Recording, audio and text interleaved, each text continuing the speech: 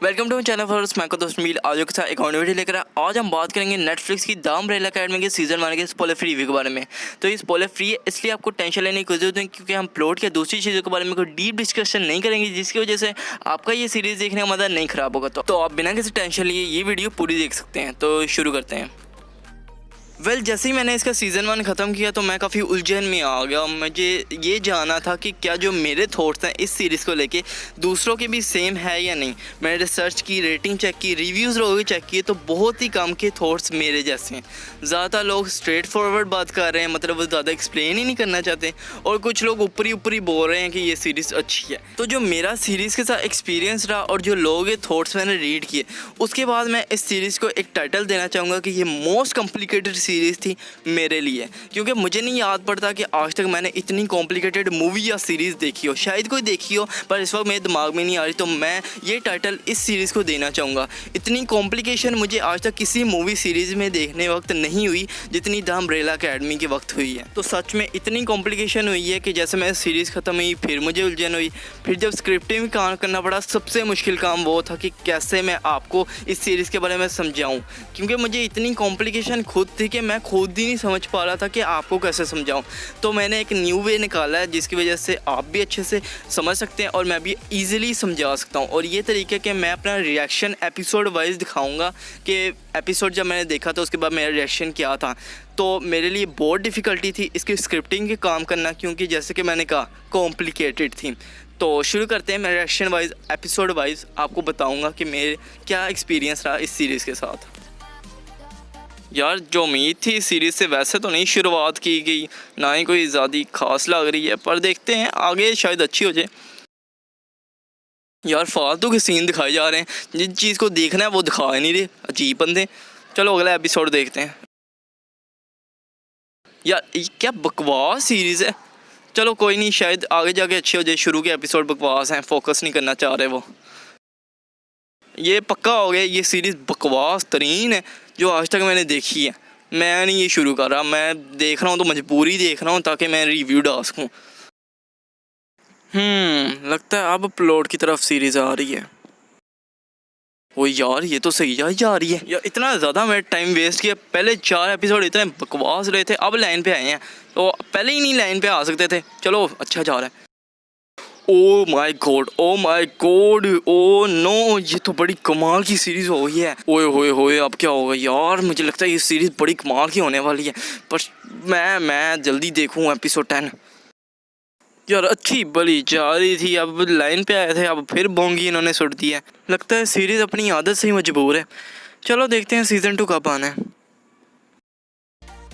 आपने देख लिया कितना कॉम्प्लिकेटेड और वियर्ड है ये सारा सिनेरियो दिखाना, पर आपने देख लिया मेरा सीज़न 1 का एक्सपीरियंस कैसे कैसे हर एक एपिसोड के साथ मेरा रिएक्शन बदलता गया। और सिर्फ एपिसोड 4 तक ही ये बकवास नहीं थी, बाद में भी काफ़ी ऐसे पॉइंट्स आए थे जो कि काफ़ी अजीब थे। ओवरऑल एपिसोड का जो रिएक्शन था वो मैंने दिखा दिया। चले प्लॉट की तरफ आते हैं ताकि आप और ईजिली समझ पाएँ। स्टोरी शुरू होती है एक ऐसे दिन से जहाँ पे दुनिया भर में औरतें जो कि प्रेगनेंट नहीं थी एकदम से प्रेगनेंट हो जाती है। वो सुपर नेचुरल पावर वाले बच्चों को जन्म देती है और उन्हें खरीदने आ जाता है एक बिलियनर, मतलब अडोप्ट करने आ जाता है। टोटल बच्चे 43 होते हैं, पर वो बंदा उनमें सिर्फ 7 को अडोप्ट करता है और उन्हें अपनी एकेडमी ले जाता है। उन्हें टाइटल देता है द अम्ब्रेला अकेडमी का, और ऑफ कोर्स उन्हें ट्रेनिंग देता है कि वो अपनी पावर्स को जान सके, अच्छे से यूज़ कर सकें और अपने कंट्रोल में ला सकें, क्योंकि फ्यूचर में जाके वो दुनिया को बचा सकें। चीज़ें इतनी सिंपल नहीं है, क्योंकि उस बंदे ने कभी भी उन बच्चों को प्यार नहीं दिया, बस टॉर्चर और उनकी पावर को यूज़ करना सिखाता रहा, वो भी उन्हें अब्यूज़ करके। तो जिसकी वजह से वो बच्चे कभी भी उसे अपना डैड नहीं मान सके,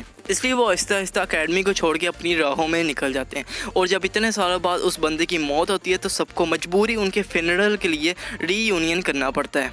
पर तब प्रॉब्लम आती है जबकि नंबर 5 टाइम ट्रैवलिंग करके फ्यूचर में जाता है और उसे मिलती है एपोक्लिप्स, मतलब क़यामत का दिन, सब कुछ ख़त्म हो जाता है। और तब टाइम ट्रैवलिंग करके वापस आने के लिए वो प्लान बनाता है, वजह ढूंढता है कि किसकी वजह से, क्यों, कैसे ये क़यामत आएगी। तो आप समझिए जहाँ पे टाइम ट्रैवलिंग का नाम हो वहाँ पे सिंपल चीज़ें कैसे हो सकती हैं। पर यही सिर्फ वजह नहीं कि ये मूवी इतनी कॉम्प्लिकेटेड है। इस फैमिली का वियर्ड रोल प्ले करना, हर किस्म की अजीबोगरीब चीज़ें और अजीबोगरीब इन्वायरमेंट, ये सारी चीज़ें और भी बहुत चीज़ें हैं। ऑफ कोर्स स्पॉयलर्स हैं, इस वजह से मैं इस वीडियो में नहीं बता सकता।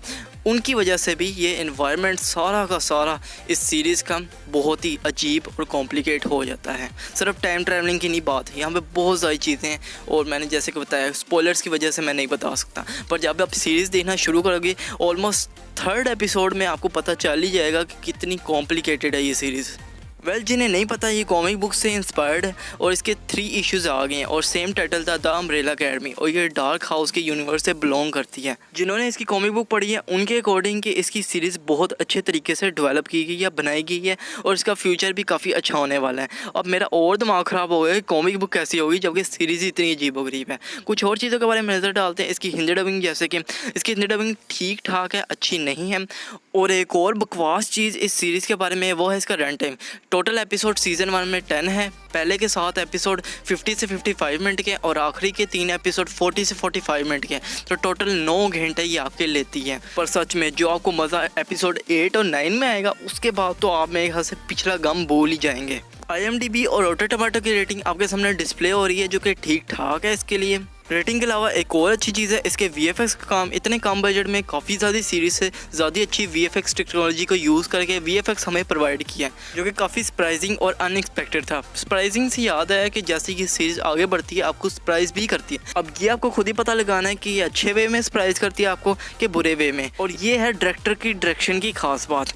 और अब बात कर लेते हैं कास्टिंग के बारे में। जो नंबर 5 का रोल प्ले करने वाले एक्टर हैं वो काफ़ी यंग है, पर सीरीज़ में वो एक ओल्ड करेक्टर का रोल प्ले कर रहे होते हैं और ये कोई स्पॉइलर नहीं है, ये हमें ट्रेलर में ही पता चल गया था। तो एक ओल्ड मैन कैसे चलता फिरता बोलता रहता है वो उन्होंने काफ़ी अच्छे से प्ले किया। पर एक और चीज़ जो एक्टिंग के अंदर आती है पर उन्होंने अच्छे से नहीं की वो थी फेस एक्सप्रेशन। मतलब कोई भी मोमेंट हो, कुछ भी हो रहा, उनका फेस वैसा का वैसा ही रहना है। और अलीसा के कैरेक्टर के साथ भी ऐसा ही था। और लूथर भाई ने भी अच्छी कोशिश की। क्लाउस का रोल प्ले करने वाला एक्टर और डिएगो का रोल प्ले करने वाला एक्टर, मेरे ख्याल से इन्होंने अपने कैरेक्टर के साथ काफ़ी हद तक जस्टिस किया, काफ़ी अच्छे से उन्होंने अपना कैरेक्टर रोल प्ले किया।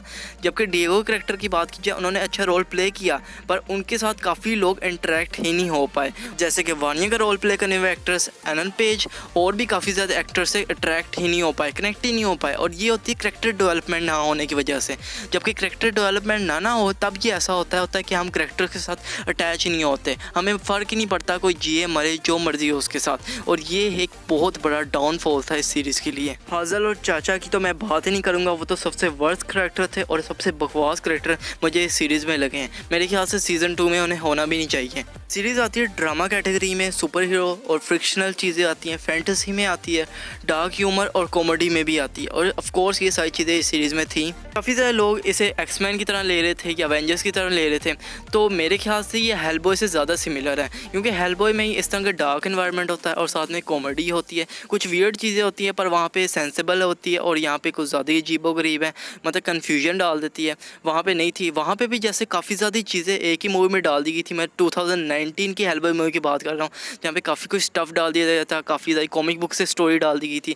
वैसे इस सीरीज़ में भी हुआ है। काफ़ी लोगों ने कहा है काफ़ी ज़्यादा चीज़ें इस सीरीज़ में डाल दी गई हैं जिसकी वजह से कन्फ्यूजन बनाती है। और मैंने खुद देखा है कि काफ़ी ज़्यादा स्टोरी लाइन इसमें ऐड कर दी गई, काफ़ी फैक्टर्स और हिंट डाल दी गई अगले सीज़न से रिलेटेड, जिसकी वजह से मेरे ख्याल से ये ज़्यादा कॉम्प्लिकेटेड और कन्फ्यूजन हो गई है और ये सेंस भी बनाती है बात। अब से ऑडियंस की तरफ आ जाते हैं। वेबसाइट के अकॉर्डिंग सीधा इसे 14 की मिनिमम एज दी गई है, पर मैं 17 की देता हूँ, क्योंकि इसमें काफ़ी सारे सेक्सुअल और होमोसेक्सुअल रेफरेंस दिए गए हैं, ड्रिंकिंग, अल्कोहल और ड्रग्स का यूज़ किया गया है, काफ़ी सारी अब्यूज़ लैंग्वेज यूज़ किया है, आर्ट सीन जैसे खून खराबा और वायलेंस यूज़ किया गया है। और अच्छी चीज़ है कि इसमें ग्राफिकली सेक्स सीन्स नहीं डाले गए, बस किसिंग सीन्स हैं, जिसकी वजह से आप किसी के साथ जैसे भाई के साथ बैठ के इस सीरीज़ को एंजॉय कर सकते हो। तो अगर आपने ये सारी वीडियो देखी है तो सिर्फ इन्हीं कुछ रीजंस की वजह से 17 मिनिमम एज नहीं है। पीछे भी मैं काफ़ी चीज़ों के बारे में बात कर चुका हूँ जो कि कन्फ्यूजन और क्रिएट करती हैं, तो 17 मिनिमम एज ठीक है। 3 चीज़ों के बारे में बताना चाहूँगा जिसकी वजह से ये सीरीज़ काफ़ी बेहतर हो सकती थी।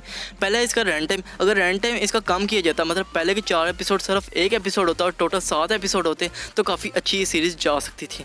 दूसरा, इसकी कैरेक्टर डेवलपमेंट नहीं की गई, जिसकी वजह से हमें मरने जीने का किसी का फ़र्क नहीं पड़ता और कैरेक्टर के साथ हम अटैच नहीं हो पाते। तीसरी और फाइनल चीज़ है इसकी